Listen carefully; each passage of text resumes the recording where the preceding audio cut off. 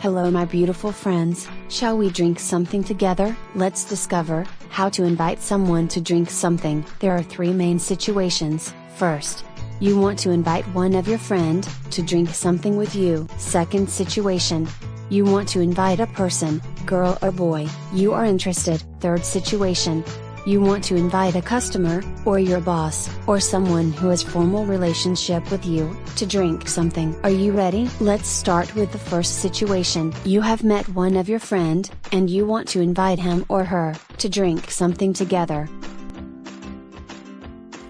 Giulia, ti va di bere qualcosa e fare due chiacchiere? There are two possible answers. Julia can come with you, so she will answer you. Sì, volentieri.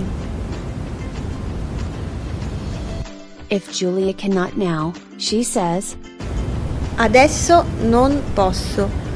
Che ne dici se ci vediamo domani sera? Now a mortal-like situation. There is one person that interests you, and you would like to invite him or her to drink something. Let's suppose that Marco is interested in Marta.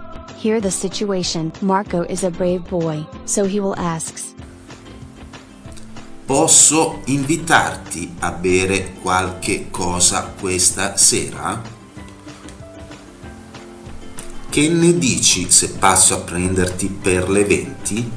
If the answer will be okay, good luck for the evening. Marco is a bit shy, so he will ask, Ti andrebbe di andare a bere qualcosa domani sera? Now the third situation, you are in a formal contest, and you would like to invite, for example, your customer, to drink something.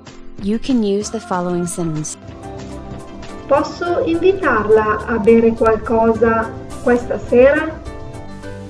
Potrebbe andarle bene per le 20?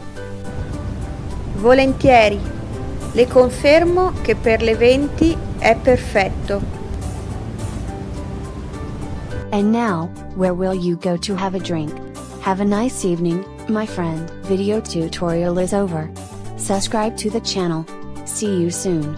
Ciao. Il video tutorial è terminato. Iscrivetevi al canale e ci vediamo presto. Ciao!